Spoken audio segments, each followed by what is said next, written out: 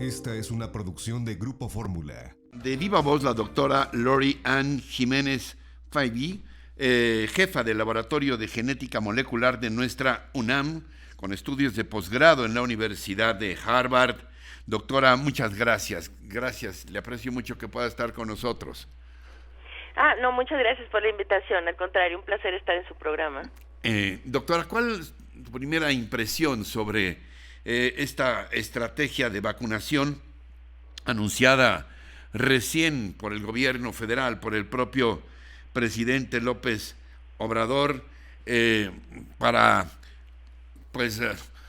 dotar a la población de la vacuna contra el COVID-19?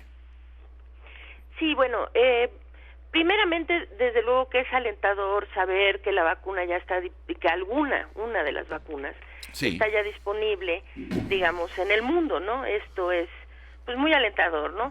Desde luego. Sí. Esto, sin embargo, bueno, el plan que se anunció el día de ayer es un tanto ambiguo, no es suficientemente específico, y realmente por el plan que está publicado, pues no se tiene concretamente una idea de cómo se pretende solucionar el problema completo, ¿no? Porque, digamos, el plan pues habla, desde luego, que se describe que la vacuna de Pfizer va a venir muy pronto y que de esta se van a tener 250,000 dosis en nuestro país en los meses de diciembre y enero. Nada más que, pues bueno, 250,000 dosis realmente son ni siquiera un arranque, digamos, en forma, ¿verdad? Es muy poco. Sí. ¿Por qué? Porque 250,000 dosis de una vacuna que requiere 2 dosis para inmunizar a una persona significa que van a ser, estas dosis son suficientes solo para inmunizar a 125,000 personas. Claro. En un país de 129 millones, en donde además pues sabemos que se necesita por lo menos el 70% de la población vacunada para que, digamos, que podamos despreocuparnos del problema de la pandemia, o se empiece a impactar sobre la disminución en los casos y en la pérdida de vidas. Entonces, pues sí, 125,000 personas vacunadas, pues realmente es un arranque muy escueto, ¿no?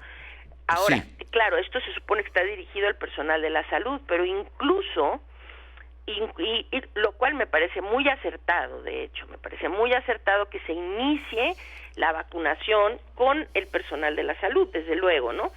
Sin embargo, pues sí, en un país en donde hay más de 750,000 miembros del personal de salud, pues sí es de dudarse quiénes van a ser los 125,000 afortunados y por qué fue que fueron seleccionados ellos por encima del otro 500,000, ¿verdad? Sí, llaman la atención también otros aspectos. Sí, por un lado suena muy bien, muy generoso el hecho de que se apoye de inicio, además de esta problemática que has explicado perfectamente, lo que tiene que ver con el sector salud. En lo que hace a la población en general, decía, parece muy generoso que se atienda a los adultos mayores en primera instancia, pero también preocupan dos cosas. Una, que se haya dejado a la población activa, digamos, a la población que en principio es más activa, entre 20, 50 años, los que salen a la calle a ganarse la vida día a día, y también a los menores de 16 años, a los que se posterga, bueno, en el caso de los de la población activa, hasta el 2022 prácticamente, finales del 21, principios del 22, y no se contempla vacunar a los de 16 años para abajo, doctora. Bueno, a ver, sí es un punto, porque ninguna de las vacunas que están ahorita siendo probadas han sido realmente, los estudios no han incluido niños.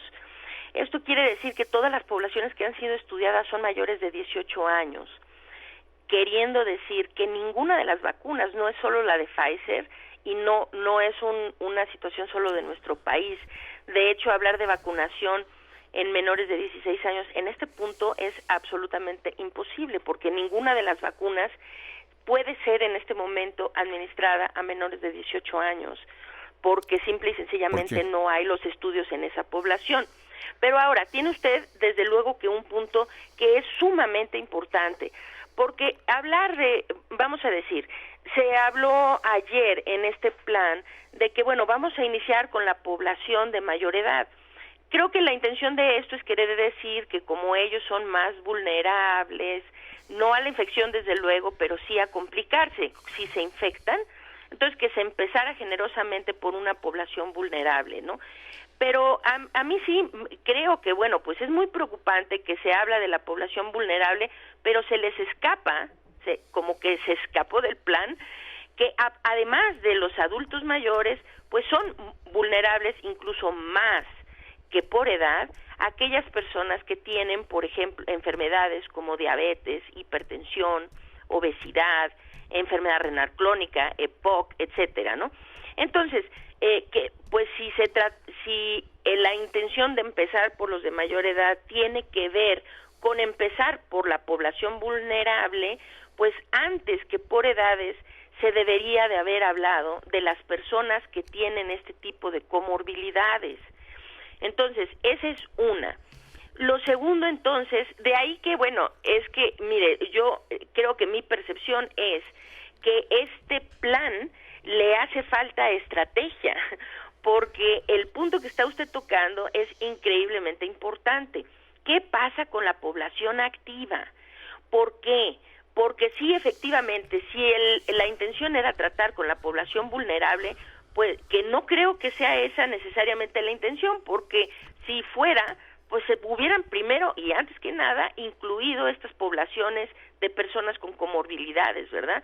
Y ahora, lo que sigue es, ¿qué pasa con la población activa? Y poniéndolo en una balanza, ¿qué termina siendo más beneficioso para un país y para la sociedad en el sentido amplio? Porque, vamos a poner, para la contención de la pandemia es más, lo que importa más es resguardar tanto desde el punto de vista del contagio, ¿no? Es decir, de la propagación de la enfermedad, a aquella población que más se moviliza. Y sin duda, en nuestro país, si nosotros vemos las curvas de contagio, son las personas en edades productivas, quienes parecen tener la mayor incidencia de contagio. Entonces, tomando en cuenta las propias cifras de nuestro país, lo importante sería tal vez atacar con la vacuna primero a las poblaciones productivas, que son las que se están infectando en mayor grado en nuestro país. Ahora, tampoco se anuncia aquí si va a haber más compras de vacunas, si el gobierno hará un esfuerzo por comprar más vacunas luego de esta primera entrega, que quiero suponer que también pudo haber estado limitada por los propios fabricantes. Pero sabemos que hay varios grandes gigantes de la producción de medicinas, los grandes laboratorios mundiales, que están también a punto ya de producir sus vacunas. No se dice si México hará un esfuerzo adicional por comprar más vacunas. Y algo que también me parece importante, doctora, no sé tú qué opines, pero que sería el hecho de que las personas que puedan, compren sus vacunas debidamente autorizadas por la COFEPRIS, no sé, de algún modo garantizar que son vacunas efectivas, pero aliviar, digamos, la carga al propio gobierno de vacunar a todos gratuitamente. Sí, es que me suena que esto que se dijo ayer, o narrativa, ¿no?, que se manejó ayer, que la vacuna va a ser universal y gratuita, me suena más a un discurso demagógico que a una realidad, ¿no? Indiscutiblemente, es decir, la iniciativa privada, los grandes empresarios, hay muchos que estarían muy dispuestos a traer esta vacuna, incluso los grandes hospitales, ¿no?, privados de nuestro país. Claro. Y esto pues está muy bien para un sector de la población, y de hecho habría un sector de la población, porque también se está escapando esto, que la vacuna de Pfizer no es la única opción, es decir, hay una gama de vacunas que en las próximas semanas van a estar disponibles y autorizadas, de hecho, ¿no? Entonces, pues bueno, en los sectores que tienen la capacidad económica para traer la vacuna a México para ciertos sectores de la población, o sea, esto no quita nada lo que vaya a hacer el gobierno. Esto más bien Claro. alivianaría la carga para el gobierno si se Claro. permite o si se habla de esto, ¿no? Pero por eso pienso que finalmente eso va a terminar pasando, porque no hay un impedimento legal propiamente para que ocurra, ¿no? Es decir, que Sí. pues un gran hospital o laboratorio quiere traer una vacuna, la trae, ¿no? Y ahí pueden escoger cuál, ¿no? Y esto, pues sí, de hecho, quitaría gran parte de la carga del gobierno, ¿no? Doctora, nos queda un minutito, no sé si quieres puntualizar algo, pero yo te voy a pedir que estemos en contacto para seguir hablando de este tema fundamental, ¿sí? Sí, claro, con mucho gusto, un placer. Quiero puntualizar una sola cosa para quienes nos escuchan. Se está hablando mucho de la vacuna y esto sin duda es algo positivo, muy cierto, pero Sí. la vacuna, pasa lo siguiente, la vacuna no va a estar aquí para disponibilidad a gran escala dentro de la población mexicana hasta dentro de muchos meses o quizá un año o más. Entonces, lo que ahorita es muy importante es que nosotros como población hagamos todo lo posible por evitar el contagio, evitar contagiarnos. Esto es lo más importante en este momento, es lo que sí podemos hacer. Doctora, gracias de verdad por estar con nosotros. Muy buen día. Muy buen día. Hasta luego. Encuentra más contenido como este en radioformula.mx.